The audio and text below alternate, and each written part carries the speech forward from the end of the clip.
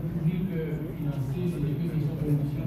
C'est dans ce sens que moi-même, en tant qu'avocat, moi, toujours agir en conscience et j'ai un devoir de prudence en matière de corruption, quel que soit le montant des honoraires que l'on décide à aborder. C'est par rapport avec le devoir de conscience ça, j'ai conscience, et le devoir de prudence ça, j'ai été contacté depuis Paris par le conseiller président, M. Emmanuel Bertier, on a analysé le dossier. J'ai bien analysé, on dit que moi accepté, pour moi capable, il y a un symbole de porteur de la vérité, en tout cas en tant qu'auxiliaire de la justice, pour aider la justice de la vérité dans le cadre de ça. Nous parlons droit au but. C'est vrai qu'il y a des allégations qui reprochaient à trois conseillers, dont mon client, conseiller président Emmanuel Bertier. Nous attendons que nous ayons que l'ULCC a joué un rôle de vigie, même par prévention, pour aider la société à jouer une vérité dans le cadre de ça. Mais malheureusement, nous jouons une institution qui, par exemple, constitution pareil, mais sont institutions qui substituent avec toute juridiction qui gagne dans la chaîne pénale là. Ils tournent un enquêteur, ils tournent un parquetier. C'est-à-dire que le parquetier, tout le monde connaît que le parquet, c'est le serviteur de la vérité. Ils transforment en cabinet d'instruction, ils qualifient l'infraction. Que beaucoup de gens connaissent des créables autorités ça. Et l'ULCC a dit beaucoup plus loin, ils condamnent et trois conseillers dont mon client. Donc, nous rejoignons un rapport, un rapport jugement.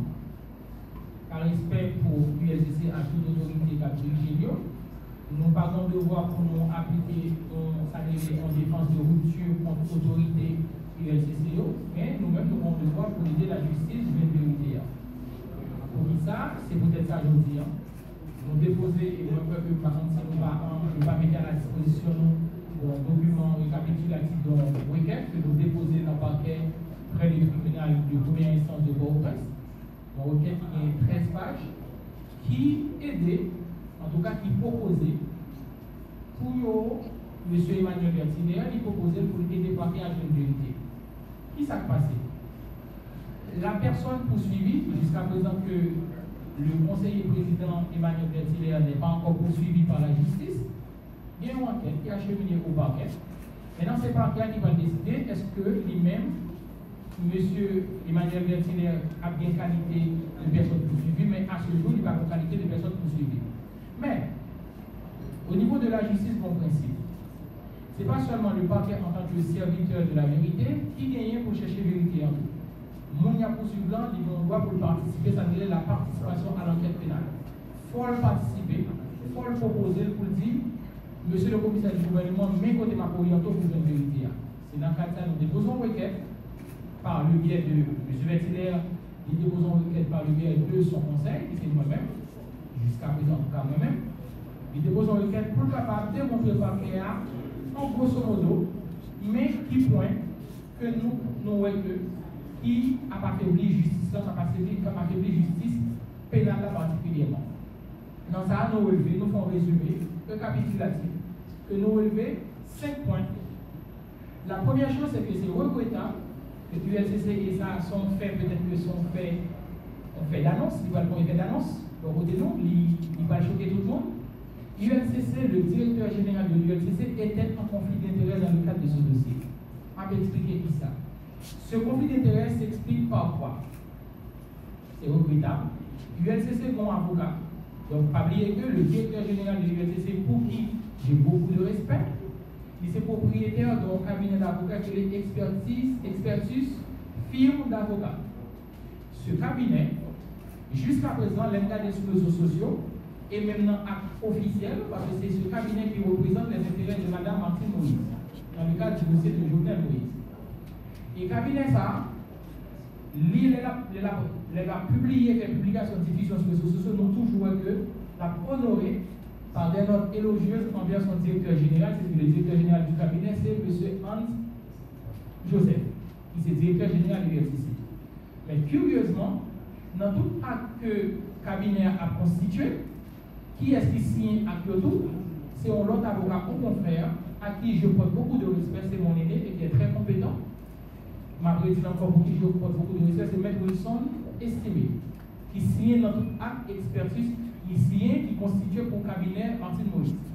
Et bizarrement, et c'est regrettable que d'assister ça dans un état de droit, même M. Wilson Estimé, mon confrère, mon aîné, que je respecte beaucoup, c'est lui-même qui constitue pour Raoul Pierre-Litou dans le cadre dossier devant l'ULCCA. Automatiquement, pour la crédibilité de l'enquête, pour la sincérité de l'enquête, et aussi pour le respect de l'état de droit, le directeur général de l'ULCC aurait dû se déporter de ce dossier. Pour dire, écoutez, enquête n'a pas crédible encore. L'impact de crédibilité ne veut pas dire que le directeur général aurait été soudoyé. Ce n'est pas ça que je dis. Parce qu'il vient un conflit d'intérêt. Et qui ça conflit d'intérêt? Conflit d'intérêt, c'est les deux. Ou bien une opposition entre deux intérêts. Ces deux intérêts opposés parce que le directeur général lit un intérêt privé par rapport parce qu'il y a une collaboration libérale régulière avec les personnes estimées qui en opposition avec mon intérêt privé, pas moi-même client, non, parce que il y a un conflit d'intérêt qui avait, parce que le conflit d'intérêt, pas bien, le conflit d'intérêt est d'ordre public. Le conflit d'intérêt, on y a des gens qui vont dire, mais le directeur général est en incompatibilité. Il va avocat encore, mais non, c'est pas ça. Parce que le conflit d'intérêt, le secret professionnel et le conflit d'intérêt s'étend à l'ensemble du personnel du cabinet. Même le c'était un simple secrétaire qui est dans le cabinet, M. Hans Joseph, en fait, dans le cabinet expertise Kimnan, un simple secrétaire. Si simple secrétaire, ça c'était un proche, M. Raoul Pierre-Lui, automatiquement, M. Hans Joseph, est supposé déporter le dossier parce que le conflit d'intérêt avéré. Maintenant, et là encore, en tout état de cause, quel que soit le conflit d'intérêt retenu par le parquet ou pas, de toute façon, tout le monde connaît que le commissaire du gouvernement, l'actuel commissaire du gouvernement près du tribunal de première instance, M. Lionel Constant Bouboin, donc lui représente une garantie pour la justice en Haïti, en tout cas au niveau de la juridiction de Port-au-Prince. Ça m'a dit quoi là-dedans? La compagne qui connaît et maîtriser même mieux passer à Boucayo, la question, la notion de conflit d'intérêt.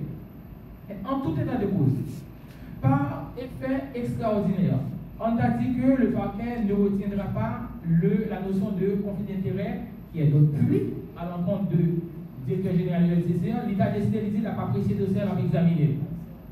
Et là encore, nous relevons l'autre fait qui gagnait, pas aucune infraction pénale à l'égard de conseiller président Emmanuel Berthier. Pour qui ça?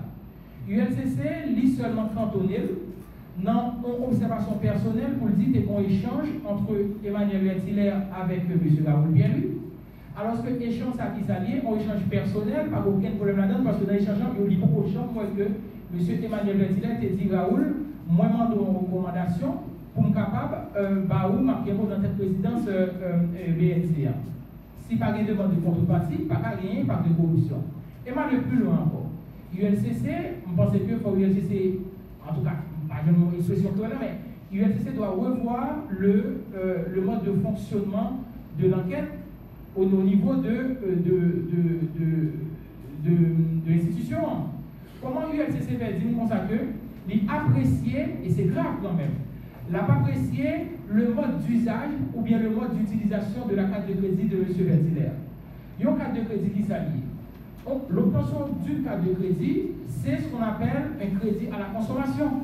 Dès lors que la carte de crédit en ligne octroyée avec, moi c'est propriétaire de carte de crédit ça. Je vais décider, je dis un seul jour que je prends tout comme la solide, que je vais mon livre, faire cadeau, que je m'achète avec. Donc c'est grave quand même pour l'ULCC, pour un monde qui a un contrat de crédit, que les remboursés, et d'ailleurs, il a été démontré que M. Berthier, c'est lui qui a remboursé comme qui était prêté à.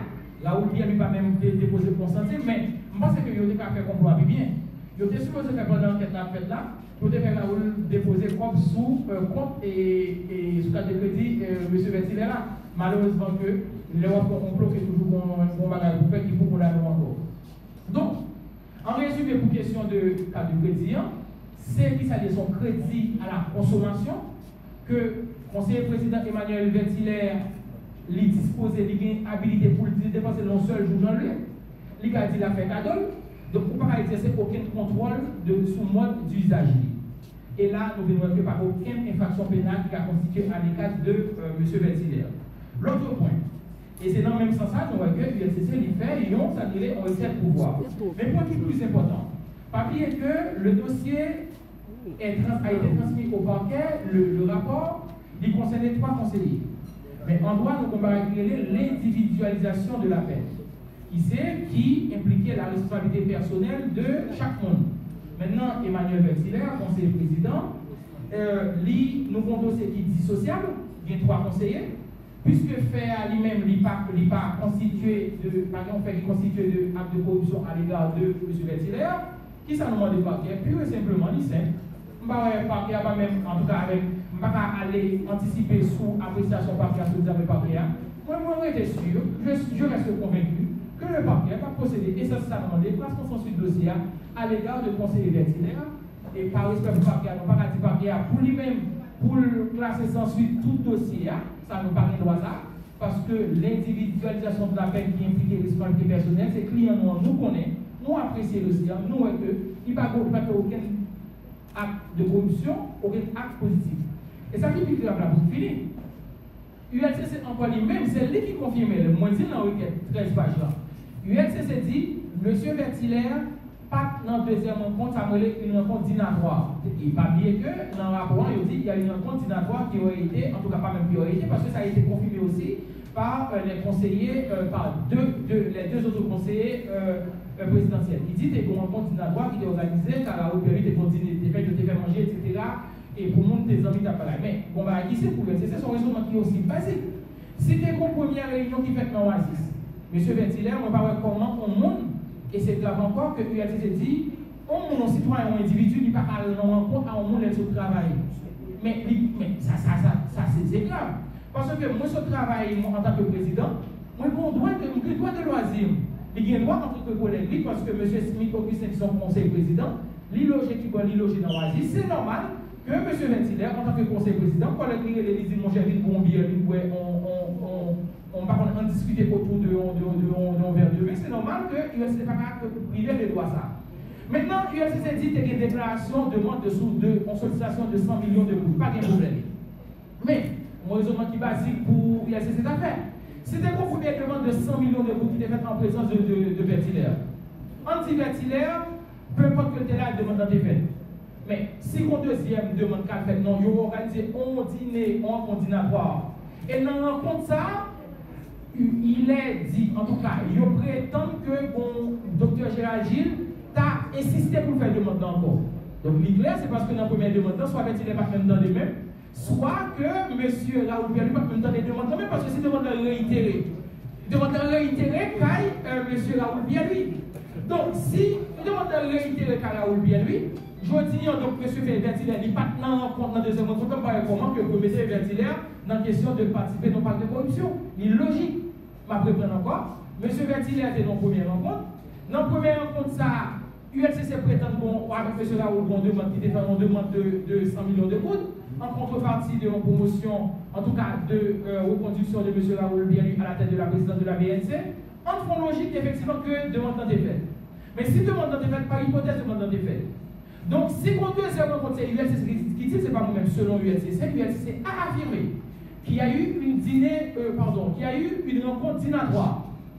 Il y aurait eu une rencontre dînatoire qui aurait été organisée à l'initiative de M. Raoul Pierre-Louis, à son domicile, pour capable finaliser la question de pacte de corruption. Mais bonne question pour l'ULCC, c'est à poser tête libre. C'est si première rencontre est faite, demande est faite, deuxième rencontre est faite. Donc c'est parce que M. Raoul Pierre-Louis ne soit pas attendé question comme la débat du tout. Soit M. Raoul te fait silence, soit pas de demande est faite du tout. Maintenant, si demande réitérée, c'est parce que pas de demande qui va du tout, mais Raoul pas attendre. Mais M. Vertilaire pas dans le deuxième rencontre ça. Donc, si effectivement tu demande l'argent qui t'est fait, demande en fait, il fait dans le deuxième rencontre. Donc, si M. Vertilaire pas dans le deuxième rencontre, en aucun cas, on ne pourra retenir la responsabilité personnelle, la responsabilité pénale de M. Vertilaire. Donc, c'est tout ça que je vous dis. Merci beaucoup. En tout cas,